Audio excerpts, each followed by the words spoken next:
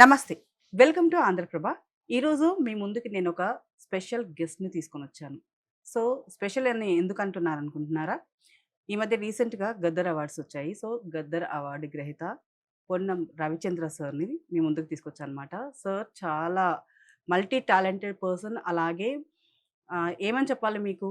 Sir కవి, రచయిత, journalist, అలాగే డాక్యుమెంటరీ నిర్మాత ఇలా అన్ని రకాలుగా అలాగే ఒక గొప్ప రైతు బిడ్డ కూడా అనమాట. సార్ గురించి అండ్ సార్ చిన్నప్పటి నుంచి ఎక్కడ పుట్టారు? ఏంటి? వాళ్ళ ప్రస్థానం ఎలా స్టార్ట్ అయింది రాజకీయ పరంగా, అలాగే ఈ జర్నలిజం పరంగా కూడా ఎలా స్టార్ట్ చేశారు అనే విషయాలు సార్ మాటల్లోనే అడిగి తెలుసుకుందాం. నమస్తే సార్. నమస్కారం.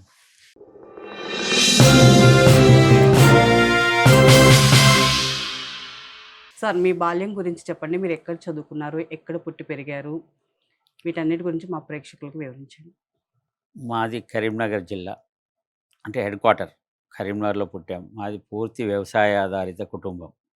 మా అమ్మ, నాన్న చదువుకోలేదు. మేము చిన్నప్పటి నుండి మమ్మల్ని చదివించాలి, మమ్మల్ని మంచి ఎడ్యుకేషన్ చేసి ఉద్యోగాలు చేయించాలని మా అమ్మ, నాన్నలు అనుకొని అయితే అప్పుడు ఈ ప్రైవేట్ స్కూల్స్ గానీ, ఆ స్తోమత గానీ లేదు. అగ్రికల్చర్ కదా! కంప్లీట్ వ్యవసాయం మీద.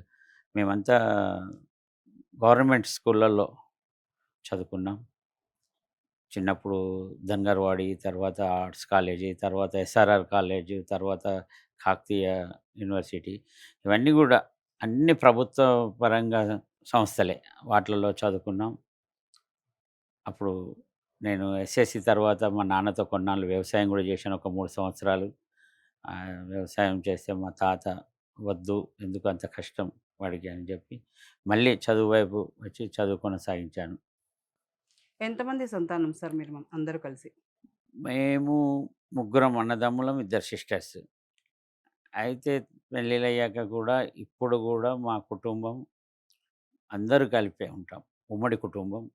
అందరం ఇప్పుడు మా అన్నయ్య అడ్వకేట్‌గా అశోక్ గౌడ్, తమ్ముడు ప్రభాకర్ రాజకీయ నాయకుడుగా, ప్రస్తుతం మంత్రిగా, నేను జర్నలిస్ట్‌గా అండ్ కొన్ని బుక్స్ రాయడం ఇలాంటివి చేస్తూ వస్తున్నాను. మా ఇంట్లో పిల్లలు అందరూ గూడా ఉమ్మడిగానే ఉంటాము. ఉమ్మడి కుటుంబం మాది. ఏ పండుగొచ్చినా వివిధ కారణాల వల్ల అక్కడ, ఇక్కడ చదువుల రీత్యా వేరే ఎక్కడున్నా అందరం కరీంనగర్ చేరుకుంటాం ఏ పండగైనా. సార్ నేను విన్నది ఏంటి అనంటే, మీరు ఇప్పటికి కూడా వ్యవసాయం చేస్తారు. ఇంత పొజిషన్‌లో ఉండి కూడా అని. దాని గురించి చెప్పండి. వ్యవసాయం అంటే నాకు ఇష్టం. ఫ్యాషన్. ప్రభాకర్‌కి గూడా అంతే, మా అన్నయ్యకి గూడా అంతే. మా కుటుంబం ఇప్పటికి గూడా వ్యవసాయంలో మాకు అన్నీ ఉన్నాయి. పాడి పంట 2, 2 కళ్ళలాగా ఆవులు, బర్రెలు ఇలాంటివన్నీ గూడా. వ్యవసాయం ఇప్పుడు గూడా చేస్తున్నాం.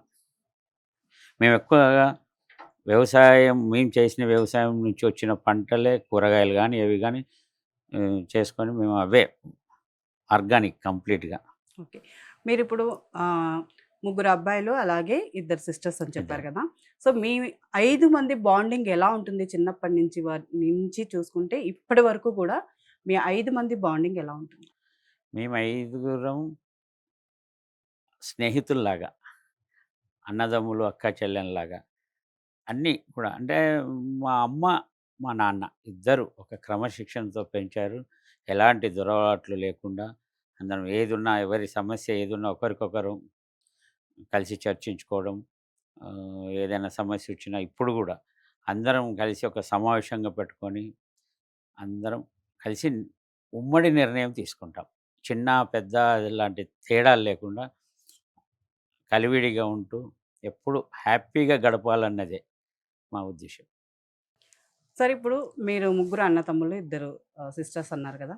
ఏ రోజన్నా గాని చిన్నప్పటి నుంచి వరకు ఇప్పుడు గిల్లి కజ్జాలేసుకోవడం గానీ, లేకపోతే ఒకరి మీద ఒకరు చాడీలు చెప్పడం గానీ, అమ్మగారి దగ్గర, నాన్నగారి దగ్గర ఇలాంటివి ఏమన్నా జరిగాయా? జరిగితే వాటిలో మీకు బాగా ఫన్నీగా అనిపించిన ఒక మూమెంట్‌ని చెప్పండి. నాకు తెలిసి అలాంటి గిల్లి కజ్జాలు, చాడీలు చెప్పుకోవడం అవి ఏమీ లేవు. ఎందుకంటే ఎవరికిష్టమైనది వాళ్ళు నువ్వు నువ్వు అది తీసుకున్నావు, ఆ బట్టలు తీసుకున్నావు, నువ్వు ఇది తిన్నావు, నాకది కావాలి. అలాంటివి అయితే ఇప్పటి వరకైతే ఏం లేదు. ఎవరిష్టం ఉన్నది వాళ్ళంతే. ఫ్రీ. ఒకరి మీద ఒకరు చాడీలనేది లేనే లేదు ఇంతవరకి. ఇప్పటి వరకు మనం చూసుకున్నట్లయితే సమాజంలో చాలామంది కుటుంబాలు విచ్ఛిన్నమైపోయి, చిన్న చిన్న కుటుంబాలు ఏర్పడిపోయి, ఇలా ఉన్న పరిస్థితుల్లో కూడా మీరందరూ కలిసి ఇంత ఉమ్మడిగా ఉంటూ, ఒకరి మాటకి ఒకరు విలువిచ్చుకుంటూ అండ్ ఎక్కడున్నా కూడా ఈ టైంకి రావాలి అని మీరేమన్నా ప్లాన్ చేసుకొని, అందరూ ఒక దగ్గర మూకుమ్మడిగా అయిపోయి మీరు ఫెస్టివల్స్‌ని కానీ, లేకపోతే ఏదైనా సందర్భాన్ని కానీ సెలబ్రేట్ చేసుకుంటారా? ఎలా ప్లాన్ చేసుకుంటారసలు? యెస్. ఏంటంటే ఇవాళ ప్రపంచం అంతా గూడా మైక్రో లెవెల్‌కెళ్ళిపోయిన తర్వాత ఉమ్మడి కుటుంబ వ్యవస్థ పోయింది. చిన్న చిన్న కుటుంబాలు. కానీ దాంట్లో చాలా ఇబ్బందులు వాళ్ళకి అర్థం కావడం లేదు. ఒక కుటుంబం ఇద్దరు భార్యాభర్త, ఇద్దరు పిల్లలుంటే, ఇద్దరు ఉద్యోగాలకెళ్తే పిల్లలు చూసుకోవడం ఎవరు. మా ఉమ్మడి కుటుంబంలో చాలా లాభాలు. ఏంటంటే మేమందరం ఉంటాం. పిల్లలందరిని ఒకరు కాకపోతే ఒకరు. నేను పని మీద వెళ్తే మా తమ్ముడు చూస్తాడు. మా తమ్ముడు పని మీద వెళ్తే అన్నయ్య. ఇట్లా ఒకరికొకరు తోడు నీడగా ఎంత బావుంటదంటే చాలా అది మేము అందులో ఉన్నాం కాబట్టి ఉమ్మడి కుటుంబం ఒక ఎప్పటికి మీరందరూ కలిసిన ఒక మంచి సన్నివేశం గురించి చెప్పండి సార్. మంచి సన్నివేశాలు జీవితం అంతా గుర్తుండిపోయేది. ఉన్నాయి. జీ బాగా బాగా గుర్తుండిపోయేది. గుర్తుండిపోయేది అంటే ఇన్నాళ్ళు విడిగా ఉండి కలిస్తే అది గుర్తుండిపోతది. చిన్నప్పటి నుంచి మాకంతా ఇట్లా కలిసి ఉండడం, సమావేశం పెట్టుకోవడం ప్రతి పండగ మాకు ఒక అదే రాఖీ పౌర్ణిమ రాని, దసరా రాని, ఉగాది రాని ఏది అయినా రాని చిన్న అందరం కలిసి పండగైనా ఉంటది. మిస్ అవ్వకుండా కలుస్తారు. కలుస్తాం. ఇగ ఇంకా మా కుటుంబంలో అన్నిటికంటే సంతోషించింది 2 సందర్భాలు. ఒకటి హ్మ్, మా ప్రభాకర్ ఎంపీగా గెలవడం. ఒకటవుతే తెలంగాణ సాధించడం. అందులో కీ రోల్ పోషించడం. ఇంకోటి మొన్న ఎమ్మెల్యేగా గెలిచి మంత్రి కావడం. ఇక సార్ మాకు ఇప్పుడు మీరు అంతకంటే తెలంగాణ ఉద్యమం అని అన్నారు కదా! సో, ఉద్యమంలో మీరు కూడా పాలుపంచుకున్నారా? యెస్. అండ్ మీరు ముగ్గురు బ్రదర్స్ పాలుపంచుకున్నారా? ఏ అంటే రకంగా ముందుకు తీసుకెళ్లారు తెలంగాణ ముందు ఉద్యమాన్ని? ఉండలేదు. వెనక ఉండి తమ్ముడు వెనకాల ఉండి అన్నీ సలహాలు ఇలాంటివి ఏమైనా నోట్స్ కావాలన్నా, ఏవైనా ఇట్లా ఇంటర్వ్యూలలో పాయింట్స్ గానీ, అంతా కలిసి ఏదైనా డౌట్స్ ఉన్నా అలా క్లియర్ చేసుకుంటూ వెళ్ళేవాళ్ళం. సరే ఇప్పుడు మీ బాల్యం విషయానికొస్తే, మీరు ఫస్ట్ టు 10థ్ వరకు, అలాగే ఇంటర్మీడియేట్, డిగ్రీ ఎక్కడెక్కడ చదివారు? ఎలా ఫ జరిగింది మీ విద్యాభ్యాసం? ఫస్ట్ టు 10థ్ ధన్గర్వాడి ప్రభుత్వ పాఠశాల. హ్మ్. ప్రాథమిక ఉంది. దాంట్లో హై స్కూల్ ఉంది. తర్వాత ఇంటర్ వచ్చేసి ఆర్ట్స్ కాలేజ్ కరీంనగర్‌లో. తర్వాత డిగ్రీ వచ్చి ఎస్ఆర్ఆర్ కాలేజ్. అప్పుడు ప్రైవేట్ కాలేజీలు లేవు డిగ్రీలో కూడా. కానీ ఎస్ఆర్ఆర్ కాలేజ్ అనేది ఇప్పటికి కూడా కరీంనగర్‌లో చాలా గొప్ప విద్యాలయం. పివి నరసింహారావు, విశ్వనాథ సత్యనారాయణ ప్రిన్సిపాల్‌గా ఉన్నాడు. అక్కడ చాలామంది చదువుకున్నారు. అది చాలా గొప్ప కళాశాల. తర్వాత లా వచ్చేసి కాకతీయ యూనివర్సిటీలో చేశాను. మీరన్నారు ఇందాక మా అమ్మగారు చదువుకోలేదు, మా నాన్నగారు చదువుకోలేదు. అలాగే మేము గవర్నమెంట్ స్కూల్స్‌కెళ్ళాము అని చెప్పేసి. ఏ రోజైనా గూడా తోటి విద్యార్థులు ఎవరైనా ప్రైవేట్ స్కూల్స్‌కి వెళ్తుంటే, టౌన్‌లో ఉండి చదువుకుంటుంటే, మేము ఈ స్కూల్‌కెళ్ళము అని పేచీ పెట్టిన సందర్భం ఏమన్నా ఉందా? అస్సలు లేదు. అస్సలు లేదు. ఎందుకంటే అమ్మా, నాన్న వ్యవసాయం పనుల మీద వెళ్తే వాళ్ళకు తోడు నీడగా మా చెల్లెళ్ళు, మేము అంతా ఏమైనా ఇంట్లో పనులు చూసుకోవడం కానీ, వాళ్ళొచ్చేసరికి వ్యవసాయ క్షేత్రం అంటే మాకు ఓన్ వ్యవసాయం. మాకు అగ్రికల్చర్ భూములున్నాయి.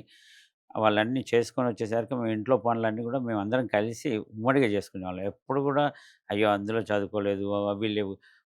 అన్నీ గూడా మా ఇంట్లో అప్పుడు నేను 10థ్ వరకు కరెంట్ లేదు మా ఇంట్లో. దీపం వెలుతురులోనే చదువుకున్నాం. అన్నయ్య ఇంటర్, నేను 10థ్, చెల్లెలు సెవెంత్. ఇక మిగతా ఇద్దరు చిన్న. ఎప్పుడు కూడా ఆ ఆలోచన రాలేదు. ఏం తింటున్నాము లేదు, ఏది లేదు. అది అక్కడికి మా ఇంట్లో మా ఉన్న ఏరియాలో first current, first radio, first TV, first bike, ఫస్ట్‌గా మా నాన్న ఫస్ట్ ఫోను. ఉన్న ఏరియాలో అన్నీ ఫస్ట్ మాకు. మా నాన్న ఏది కూడా మమ్మల్ని ఎప్పుడూ మామూలుగా చూడలేదు. చాలా గొప్పగా ఇతరుల కంటే అందరికంటే కూడా చాలా గొప్పగా చూసేవాడు మాకు. మేము అడగక ముందే అన్నీ వచ్చేవి. అట్లాంటప్పుడు వేరే ఆలోచన ఎందుకుంటది? సో, మీరు స్కూల్స్‌లో గానీ, కాలేజెస్‌లో గానీ, మీకు బాగా గుర్తుండిపోయే సన్నివేశం అంటే ఒక ఆహ్, ఇందాక అడిగాను కదా! చిలిపి పనులేదన్నా చేసి, లేకపోతే మాస్టర్స్‌తో భయభక్తులతో ఉండేవాళ్ళా? లేకపోతే క్లోజ్‌గా ఉండేవాళ్ళా? ఇలా ఏదన్నా మీరు చేసిన ఒక చిలిపి పని గురించి చెప్పండి. ఎస్ఆర్ఆర్ కాలేజీలో డిగ్రీ చేస్తున్నప్పుడు నైట్ కాలేజీ. నైట్ కాలేజీలో ఉన్నప్పుడు అప్పుడు ఇంటర్నల్స్ ఎగ్జామ్స్ అక్కడ మాకు బంకట్లాల్ అనే ప్రిన్సిపాల్ ఉండేవాడు. కొంచెం స్ట్రిక్ట్‌గా చదువులో అంతా నేనైతే చదువులో పెద్ద ఎక్కువ చదువుకోలేదు. అంతంత మాత్రమే థర్డ్ క్లాస్ స్టూడెంట్‌ని. ఏదో చిన్న చిన్న వాటి వల్ల స్టూడెంట్స్ అందరం కలిసి లైట్‌లన్నీ పగలగొట్టడం, కాలేజీలో నానా బీభత్సం చేసినాం ఒకసారి. చేస్తే ఆయన ఎగ్జామ్స్ సమయంలో అది గుర్తుపెట్టుకొని నన్ను డిబార్ చేశాడు. అయ్యో! 1 ఇయర్, 2 ఇయర్స్ డిబార్ చేస్తే నాకున్న నాలెడ్జ్ తోటి తర్వాత ఇమ్మీడియేట్‌గా మళ్ళీ డే కాలేజ్‌లో జాయిన్ అయిపోయాను.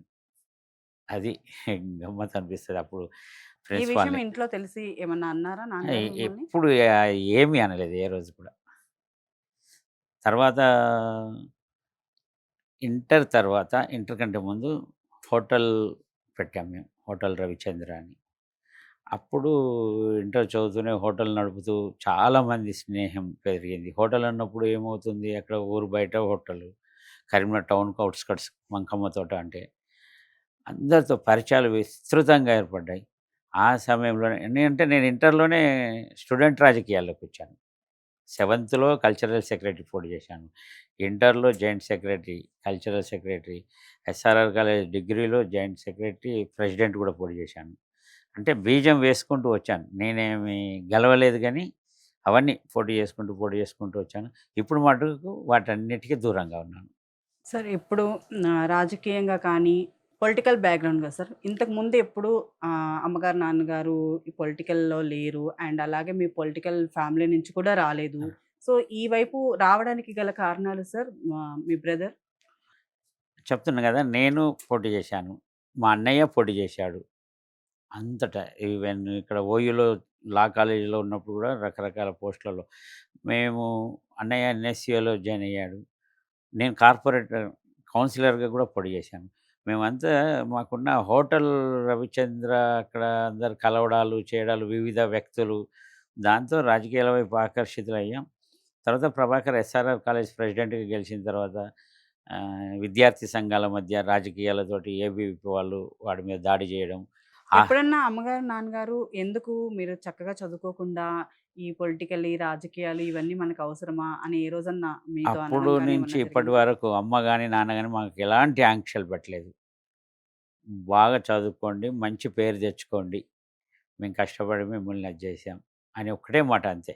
వాళ్ళ ప్రతిష్టకు భంగం కలగకుండా మేము చేసుకుంటూ వచ్చాం. అలా అప్పుడు రాజకీయాల్లోకి ప్రభాకర్ ఎస్ఆర్ఆర్ కాలేజ్ ప్రెసిడెంట్ తర్వాత చొక్కారావు దగ్గర శిష్యరికం అంటే ఎన్‌ఐసీయూలోకి జాయిన్ అయ్యి షొష్ చొక్కారావు చాలా రాజకీయ విలువలున్న నేత. మా కుటుంబం అంతా ఆయనని బాగా ఆరాధించేవాళ్ళం. ఆయన వెంట నడిచి ఇవాళ ఈ స్థాయికి చేరుకున్నాడు. ఎందుకంటే గురువు బావుంటే అన్నీ మనం విజయాలు సాధిస్తాం. ప్రభాకర్‌కు వేరే వ్యాపారాలు గానీ, వేరే ఎలాంటి లేదు.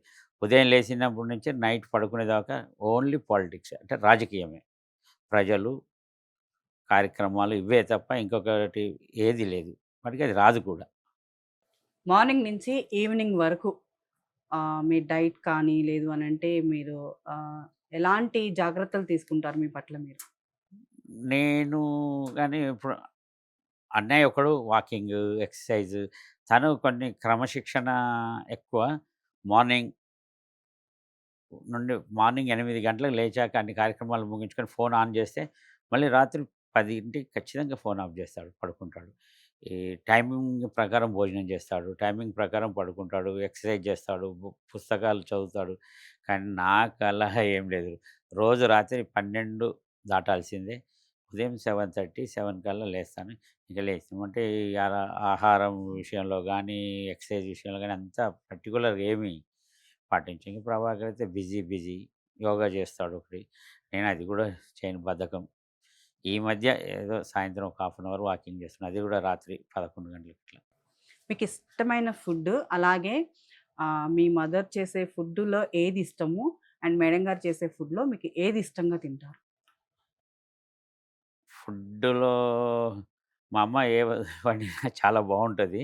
అంటే అది కామన్ ప్రతి ఒక్కరు చెప్పేదే కావచ్చు కానీ లేదు. ఇప్పుడు గూడా ఏదైనా అకేషన్స్ ఏవన్నా వస్తే అమ్మ వండితే చాలా బావుంటాయి. మా నాన్న గూడా చాలా మంచి వంటలు నాకు గూడా నేర్పించాడు. మేము గూడా మీరు గూడా వండుతారు. నేను గూడా వండుతాను. ఓకే. బావుంటాయి. మా మిసెస్ కూడా అన్నీ ఎక్కువ వెజిటేరియన్ ఇష్టపడతాం మేము. ప్రభాకర్ అయితే pure vegetarian. Prabhakar pure vegetarian, అన్నయ్య, నేను సెమి మేము. ఇవన్నీ ము ఎందుకంటే మాకెక్కువ చిన్నప్పటి నుంచి మా తోటలో ఏవి పండితే అవి అవి చాలా బాగుండేవి. మా తోటలో పండిన కూరగాయలు, మా పాలు, ఆవుండేది. ఇప్పటికి కూడా పాలు అన్నీ స్వయంగానే, ఏవి బయటివి తక్కువ. హోటల్‌కెళ్ళి తినడం తక్కువ. ఇంట్లోనే అన్నీ.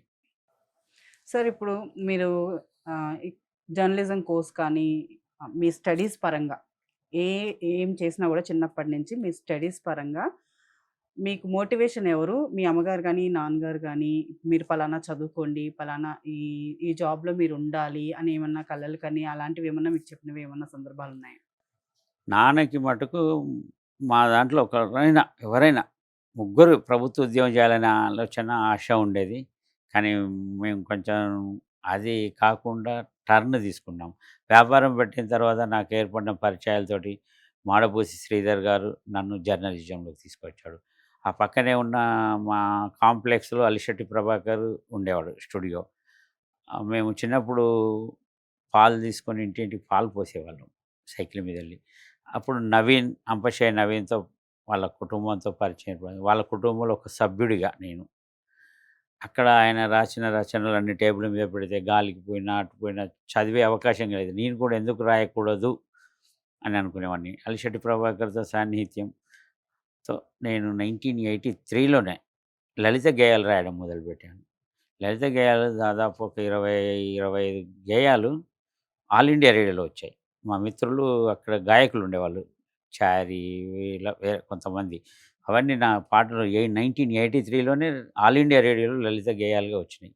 తర్వాత 'ఊర్వశి కళా స్రవంతి' అని అప్పుడే ఒక సంస్థ ఉంటే బావుంటదని గుంటూరుకు చెందిన శర్మ అనే ఒక మిత్రుడు హైదరాబాద్‌లో ఇప్పుడున్నాడు గానీ, అప్పుడు కరీంనగర్‌లో జాబ్ నిమిత్తం వచ్చాడు.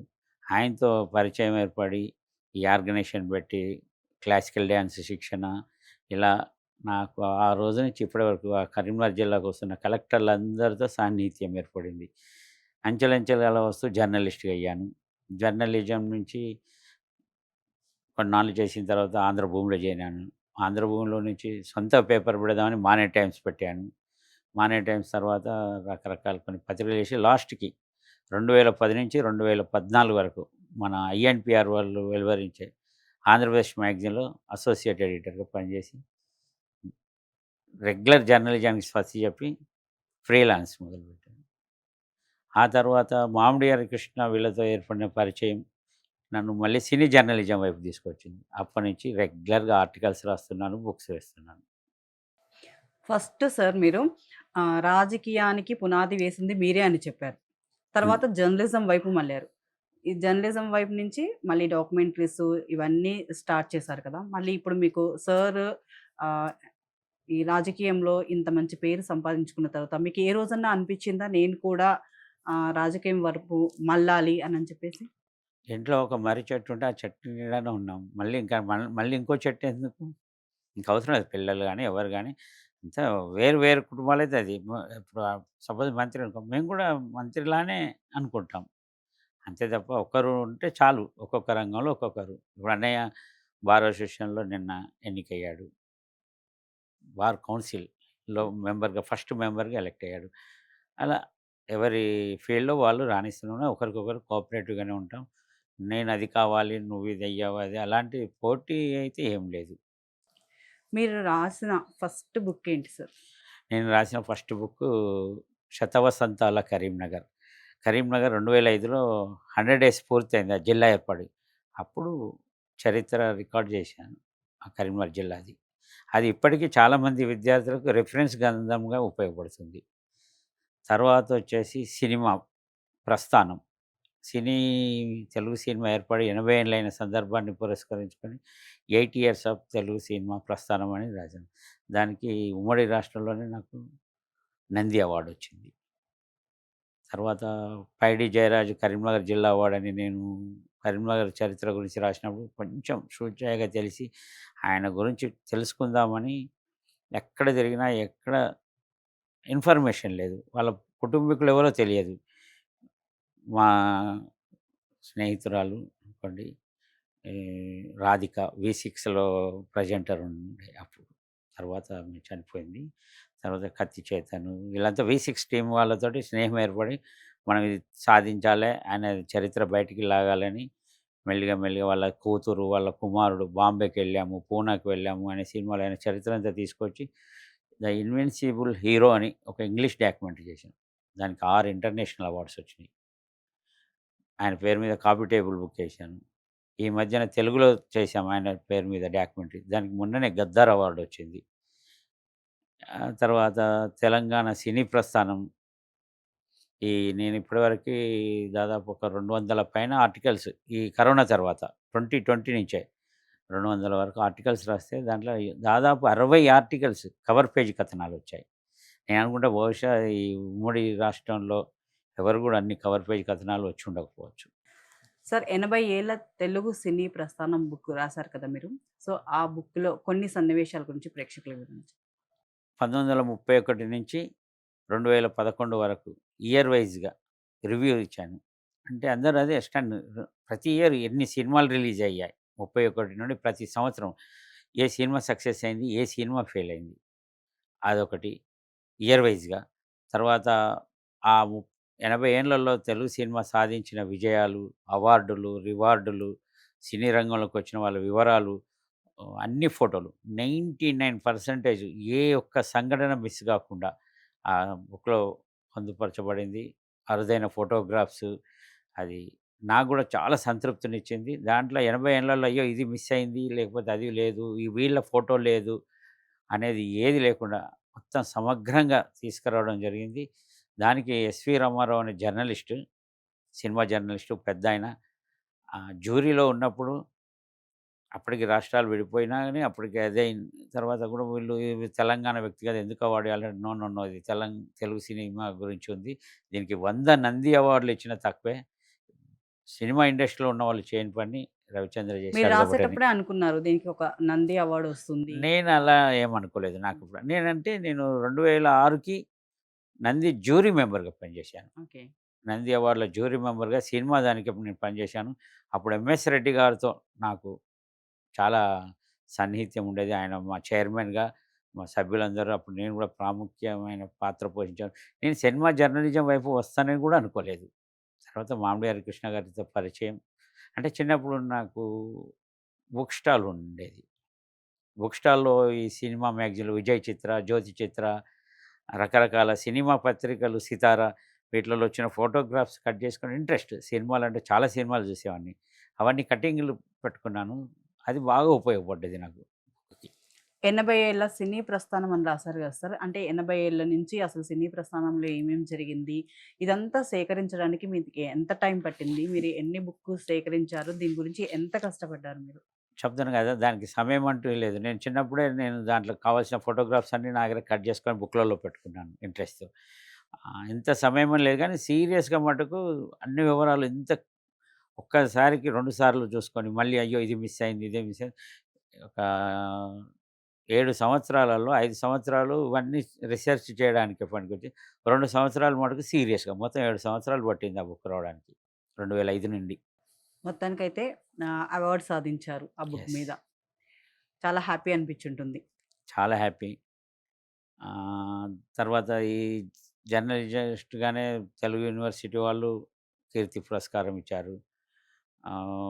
జయసుధ వీళ్ళంతా ఉన్నదానికి దాంట్లో వాళ్ళు డాక్టరేట్ ఇచ్చారు. యునైటెడ్ అదొక ఆర్గనైజేషన్ నుంచి అమెరికాకు సంబంధించింది. చెన్నైలో వచ్చి నాకు మదర్ తెరీసా అవార్డ్ ఇచ్చారు. సార్ మీరు రాజకీయం నుంచి అంటే రాజకీయానికి పునాది వేశారు. రాజకీయం నుంచి జర్నలిజంలోకొచ్చారు. జర్నలిజం నుంచి సినిమా వైపొచ్చారు. సో, ఇవన్నీ మీరు అనుకోనొచ్చారా? లేకపోతే అకస్మాత్తుగా జరిగాయా? ఇవన్నీ ప్రతిదీ యాక్సిడెంటల్‌గానే జరిగాయి. నేనేది అనుకోలేదు. నేను ఇక్కడి వరకు వస్తానని కూడా అనుకోలేదు. ఈ అవార్డులు వస్తాయని నేను అనుకోలేదు. నా పని నేను చేసుకుంటూ పోతున్నాను. కాలం అనేది నన్ను ఏ వైపుకో తింపుతూ అవార్డులు అవే వాటికంతట అవే వస్తున్నాయి. నేను ఇవి రాస్తాను. నాకు అవార్డ్ వస్తుంది. నాకు రావాలి అనే ఒక ఉద్దేశం మటుకు ఏ రోజు లేదు.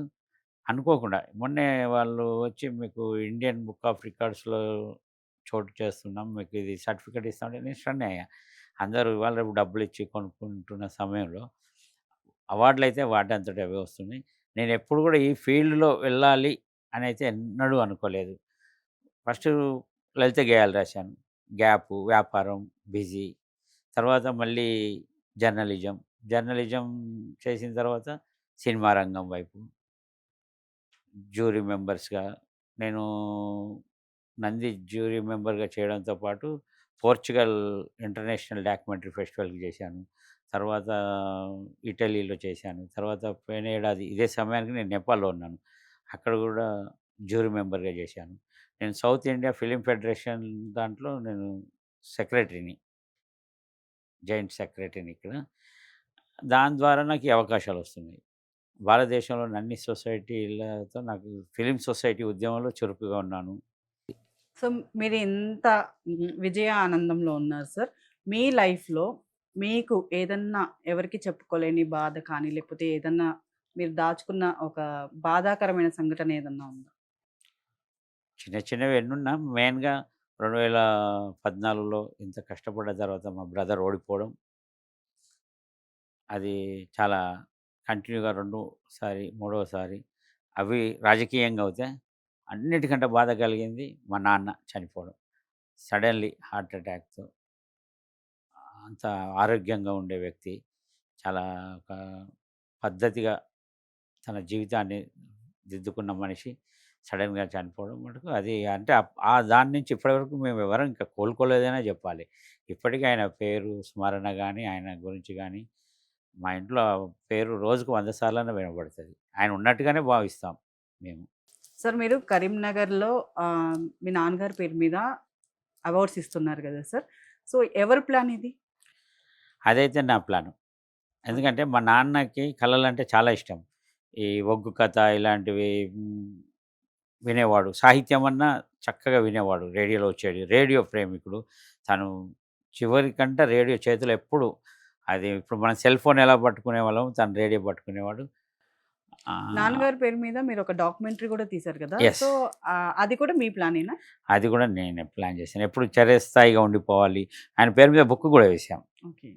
'భూమిపుత్రుడని.' ఆయన పేరు మీద అవార్డ్స్‌లో ఒక కరీంనగర్‌కే పరిమితం కాదు. తెలంగాణ స్టేట్. ఒక ఉత్తమ జానపద కళాకారుడు, ఒక ఉత్తమ రచయితకి ఇప్పటికి 4 సార్లు ఇచ్చాము.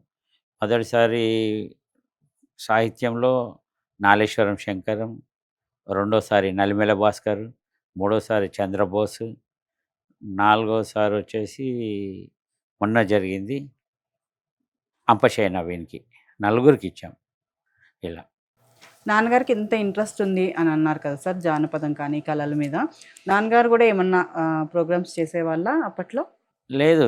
తను మాకు పక్కన చిన్నప్పుడు ఉన్నప్పుడు సినిమాల గురించి అప్పుడు మేము ఇలా బండ్లు కట్టుకొని ఇలా వెళ్ళేవాళ్ళం. ఆ రోజుల్లో చాలా నెమరు వేసుకునేవాడు.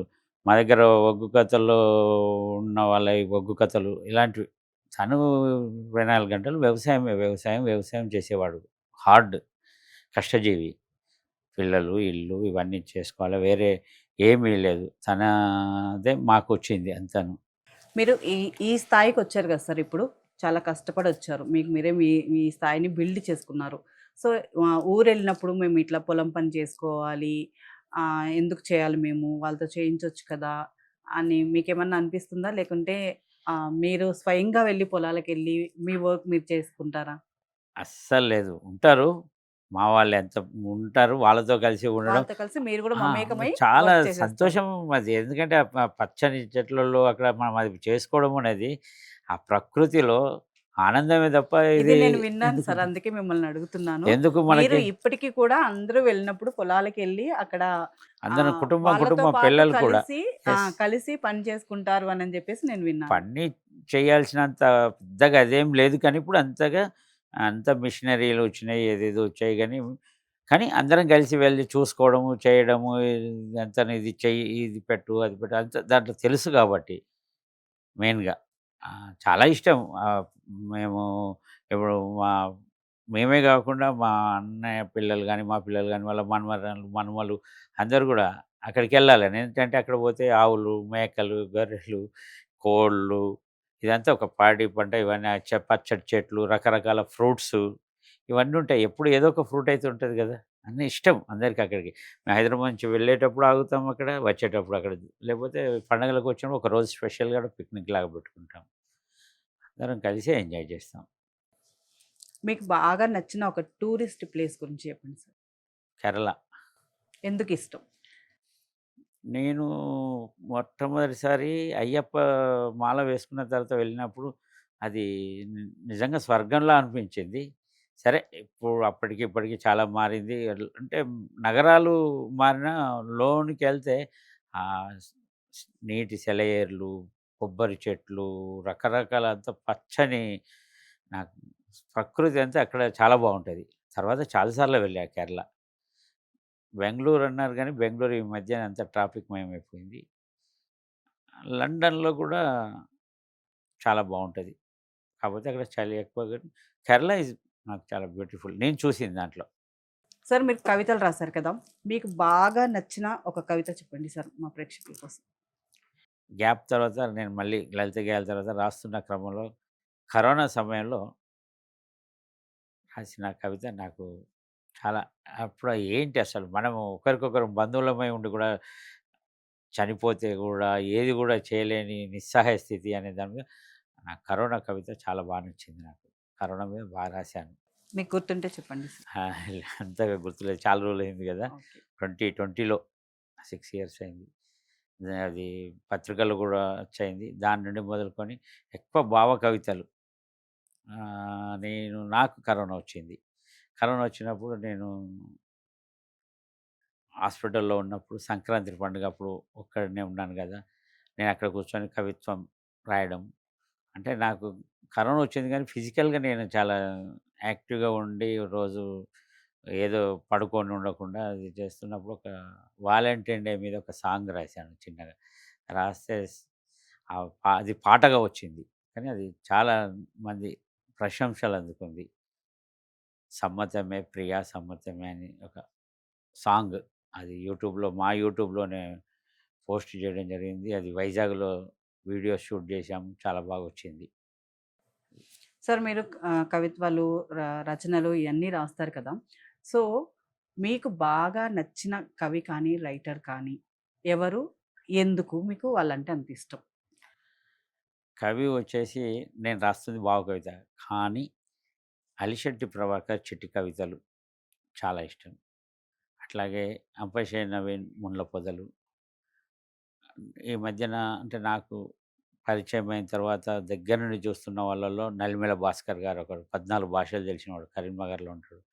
ఆయన కూడా చక్కటి కవితలు రాస్తాడు. చక్కటి స్టోరీస్, బుక్స్ చాలా బుక్స్ చేశాడు. 14 లాంగ్వేజెస్ వచ్చు ఆయనకి. ఆయన సాహిత్యము ఆయనవన్నీ కూడా చదువుతాను.